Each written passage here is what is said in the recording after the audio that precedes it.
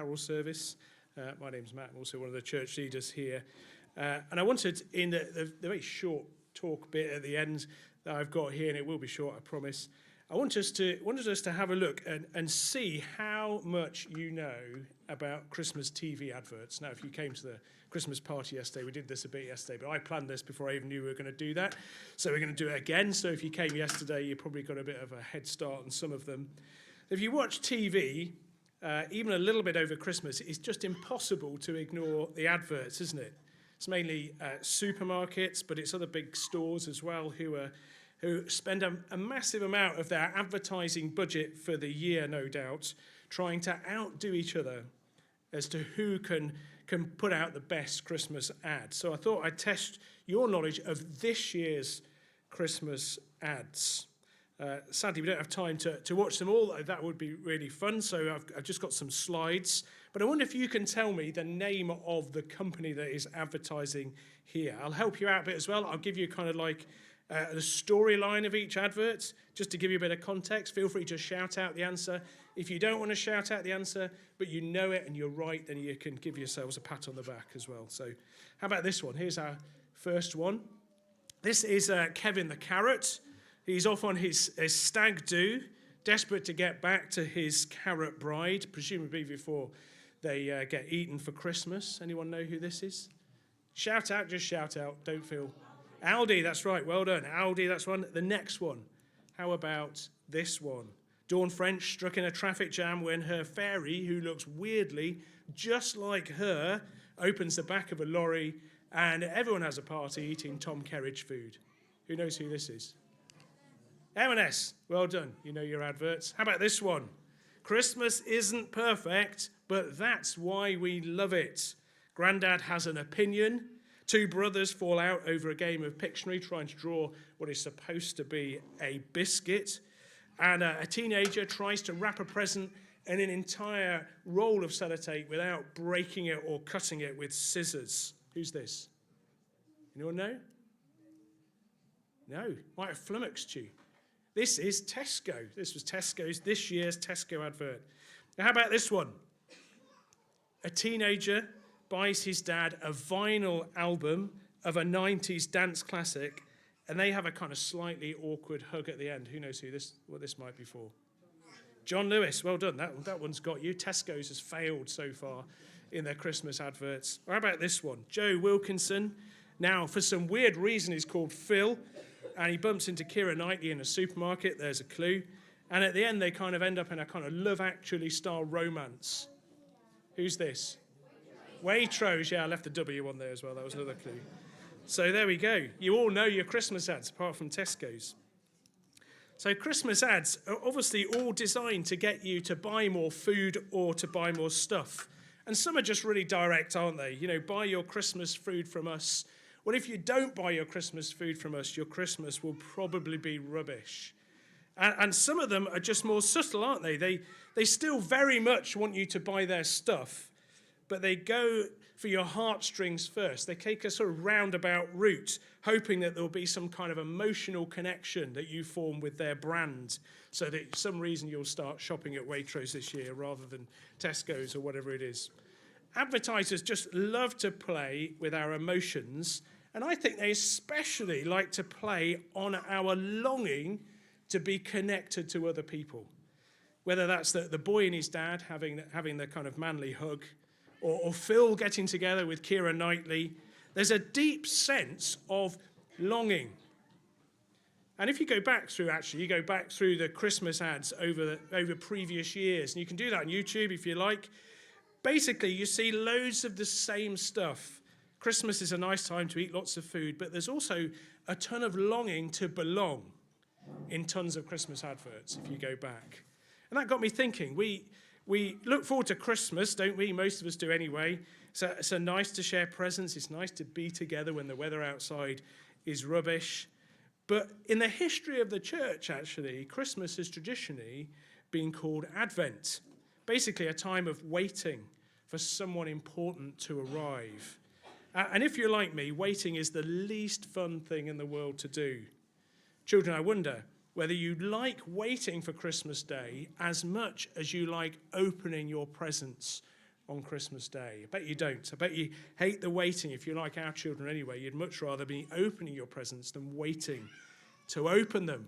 Waiting is often painful, it's often uncomfortable, and waiting often involves a feeling of longing, doesn't it? Longing that the thing we're waiting for would come, that our circumstances would change. For some of you here this afternoon, Christmas may be a reminder that you're longing for things to be different in life, longing that something would change in your family or with a loved one, longing your health would improve, or longing that you'd find someone to share your life with. They're painful longings, all of them. It may not be waiting for something to happen in the future. It may be something that will never happen, a longing to spend Christmas with somebody you love who's died and is no longer here, a longing to be together as a family, and that's just not possible because of a divorce. Or maybe it's a kind of nostalgic longing. You're a bit older, you long for the Christmases that you had when you were a child. Or maybe your children, you've got children, they've all grown up, and you long for a time when for them Christmas was an exciting time. You long to be back then. Christmas can be a time of longing in lots and lots of different ways.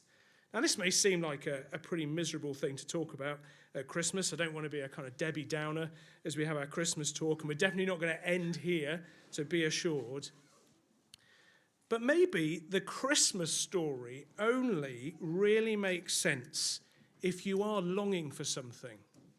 The Christmas story maybe only makes sense if you're longing for something. If you're not, then it's just a nice story about a cute baby in a manger, and who doesn't love a story about a baby? The Bible, actually, you could describe it as a book full of people longing for something. And that's true of the Christmas story as well. We had a reading a few moments ago from Enoch about a man called Simeon. I've got the passage here. I can put it up on the screen. There we go. It's a bit small, so you might have to squint. Christmas, like we just said, has traditionally been a time of waiting in the church calendar. And that's the case for this old man called Simeon. The passage says that he was waiting for the consolation of Israel, which is another way of saying that he was longing for God to show up and to do something. To many of God's people at this time, they thought God had left them, God had forgotten them. No prophet for 400 years had spoken. Israel's now a weak nation. Israel's now an occupied nation, occupied by the cruel Romans. All looked hopeless, and Simeon longed for things to be different. And there's no doubt that the longing that he felt was also painful. And now he was old. All the longings that he had looked like they would remain unfulfilled. And it's at this point that he gets to hold the promised Messiah. As Jesus is brought into the temple, something supernatural is going on, and the passage tells us that the Holy Spirit has spoken to him and promised him that he would see the Messiah. And here he is, an old man holding the child who would become the consolation for Israel. In the middle of all of the pain of waiting for Simeon, that's when he now gets this enormous sense of peace. And that's my point really this afternoon, just the one point really of this talk. It's in the middle of the pain of his longing, Simeon's longing, that God comes to this old man. And it's in the middle of the pain of our longings that he can come to you too. This is the heart of the Christmas story, really. But as Jesus comes to us in our longings, it's not always a comfortable thing. Not initially, at least. The text says that when Jesus comes, it's so that, right at the bottom of the screen there, the thoughts of many hearts may be revealed. That's why he comes. It's only when we admit, actually, that we're longing for something that can never, ever be fulfilled by anything this life has to offer, that God can do anything. If we fight to keep on the masks that we use to hide all of our longings, then the Christmas story is just a nice story, and that's all it'll stay. It's only when we admit that we're longing for so many things that may never be fulfilled, that's perhaps the moment where Jesus feels like he might be an option for us. Now, at this point, you might be thinking that you're not religious at all. You aren't interested in any of this stuff about Jesus and the Holy Spirit and the angels and all of that. But I wonder if I could ask you a few questions this afternoon. Maybe there's a different place to start. Do you have a deep sense of longing? Is there a pain in your life that no matter what you do or what you try to do just won't go away? In no ways is the Christian faith, by the way, a cure for all your problems. That's definitely not what we're saying this afternoon. But it is a consolation in the middle of all of our longings. If you're going through a rough time and life is really hard, you may think you've just got too much on your mind to think about any of this stuff to do with Jesus. But what if this was just the right time to look into this story? Now, even if there's a tiny bit of you that finds this appealing, but maybe the other side of you is kind of battling against it, you're kind of saying, none of this can possibly be true. I want to ask you another question. What if there was a chance that all of this was true? The writer C.S. Lewis, he wrote all the Narnia books, The Lion, the Witch and the Wardrobe, and all the others. He also wrote a load of books about the Christian faith. In fact, he himself was a really big skeptic of Christianity until he was in his early 30s when he became a Christian. And he said this: if we find ourselves with a desire or a longing that nothing in this world can satisfy, the most probable explanation is that we were made for another world. If we find ourselves with a desire that nothing in this world can satisfy, the most probable explanation is that we were made for another world. What if there's a chance that all the longings we have in this life are a sign that there is more to this life than we can see or we can understand? Now, if you're even remotely interested in any of this, you're not alone. The Bible Society, who did the video earlier, they've been around for a few hundred years. They recently did a survey in the UK from 2018 to 2025, looking at church attendance and general interest in Christianity. The report's online. And the report's called The Quiet Revival. Now, all they mean by that is a revival of interest in Christianity is going on between 2018 and 2025. They call it a quiet revival because, in their own words, it's low-key but widespread.